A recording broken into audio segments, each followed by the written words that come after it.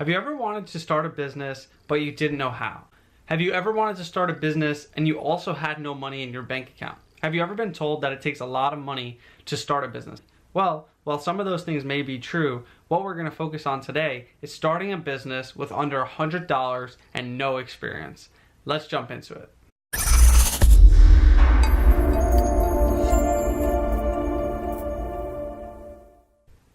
Welcome back, enhanced entrepreneurs. We're back at it with another video teaching you how you can start a business with under $100 in your pocket and no experience at all. So there's a lot of steps in order to be able to do this, but the main focus of this video and the idea to start a business for under $100 is an internet or online company. And the actual topic has to do with drop shipping and Shopify and WooCommerce. If all of these words are not familiar to you, let me explain them. Shopify is an e-commerce platform where you could start an online business, and they're very simple, no code.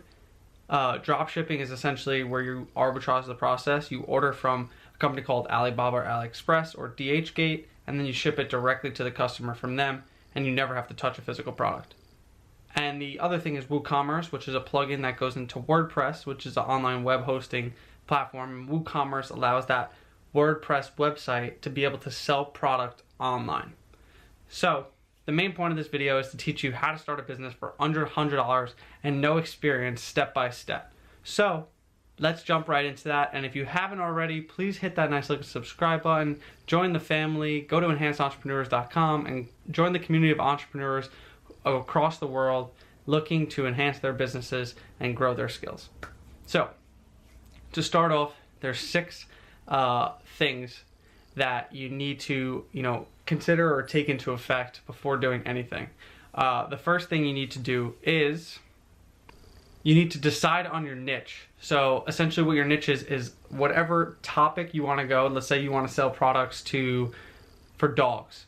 You need to decide on the niche within dogs on where you're going to sell a product, whether it's grooming products, toothpaste, toothbrush, food, whatever it is. Decide on the specific niche, whatever that actual, tight topic is. You can't just say, okay, I want to sell dog products and then sell dog products. You have to actually be specific on the type of product that you want to sell. That's the first step.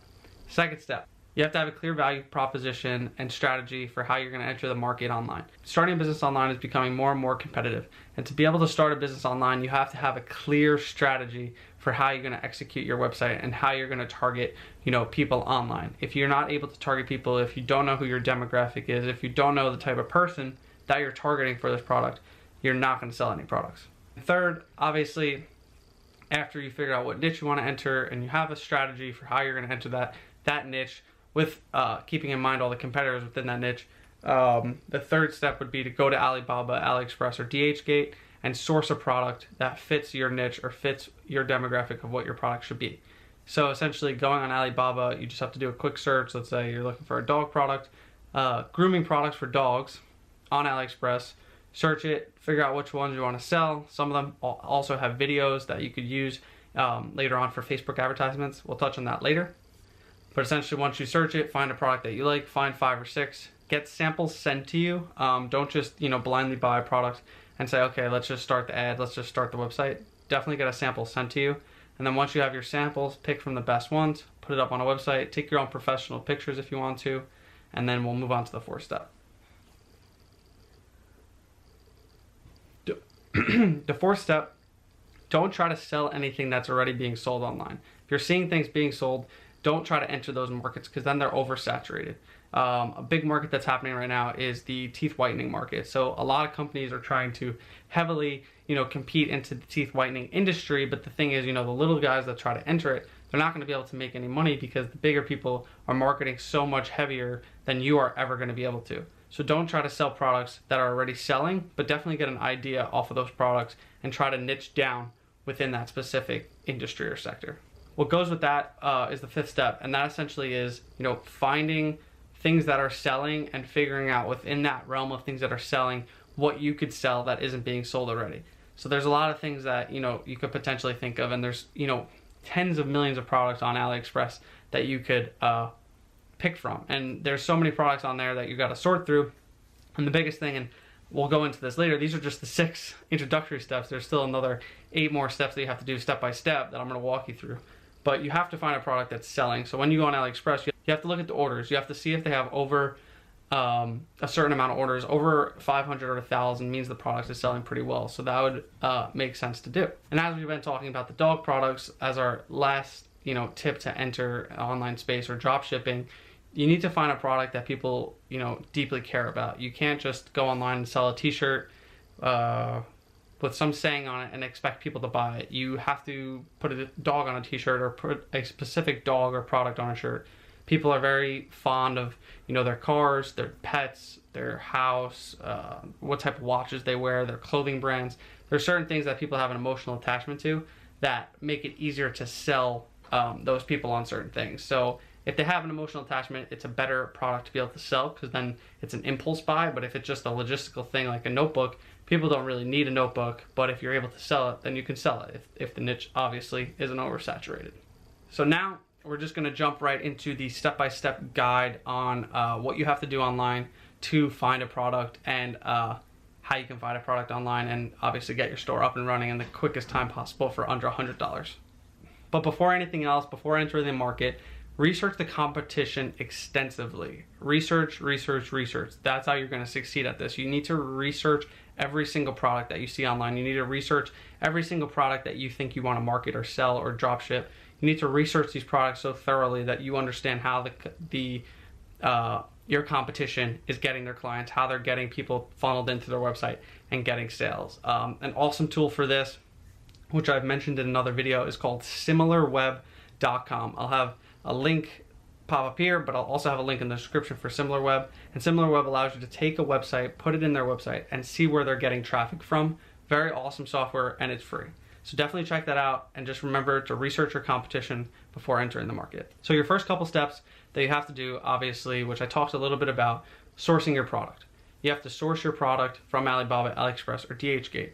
Find whatever product it is you're trying to sell or that you've seen online that isn't oversold, and source it on Alibaba. Source your hot products. There's hot products on AliExpress that sell. There's also within AliExpress a way on the top bar that shows you the recent products that people have been searching and the most popular products.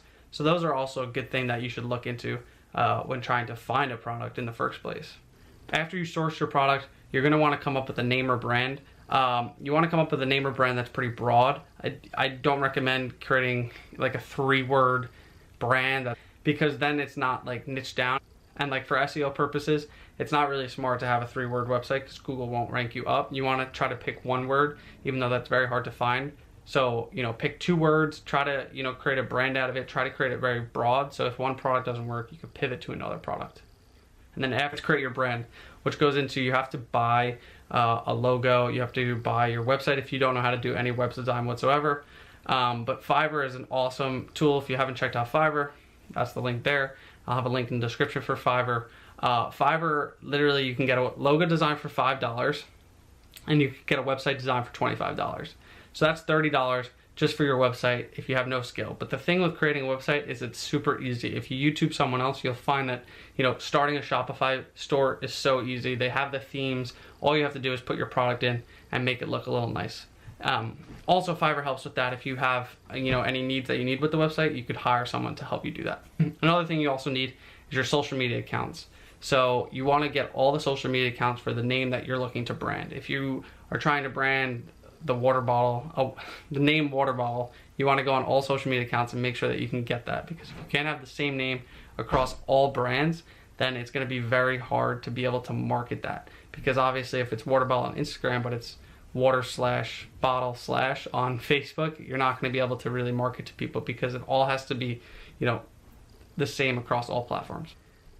Now you're at the point where you could get a domain and do your hosting for your website. So your domain probably costs around $5. Some hosting platforms, when you buy hosting, will give you your first domain for free.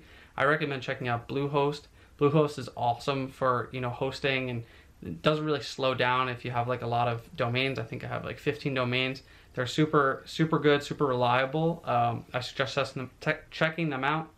I think they're $3 a month, and super good at hosting. They have a one-click plugin for WordPress and WooCommerce. So if you are going to go that WooCommerce route, super simple. If you're going to go the Shopify route, go through Shopify, because I believe Shopify allows you to get your own domain when you purchase their monthly plan. Shopify does have a free 2-week trial, and then after the 2-week trial, I think it's $29 a month. As well, I recommend when you find a product, try to find a product that's under $10, because then you could do the free plus shipping model. And when you do the free plus shipping model, you can mark your product very low to be free, and then you can mark your shipping up to say $7.99. And then the product is free. It antagonizes people to buy it because emotionally we think, wow, it's a free product. Obviously, I need to buy this product. And the free plus shipping model works very well to get people to buy your product and get their emails, so then you can market other products to them later on. That is essentially it. Thank you for watching this video. Make sure you subscribe. Check out Enhance Entrepreneurs, global community of entrepreneurs across the world looking to enhance their businesses. If you got any useful information from this video, give us a thumbs up. See you in the next video.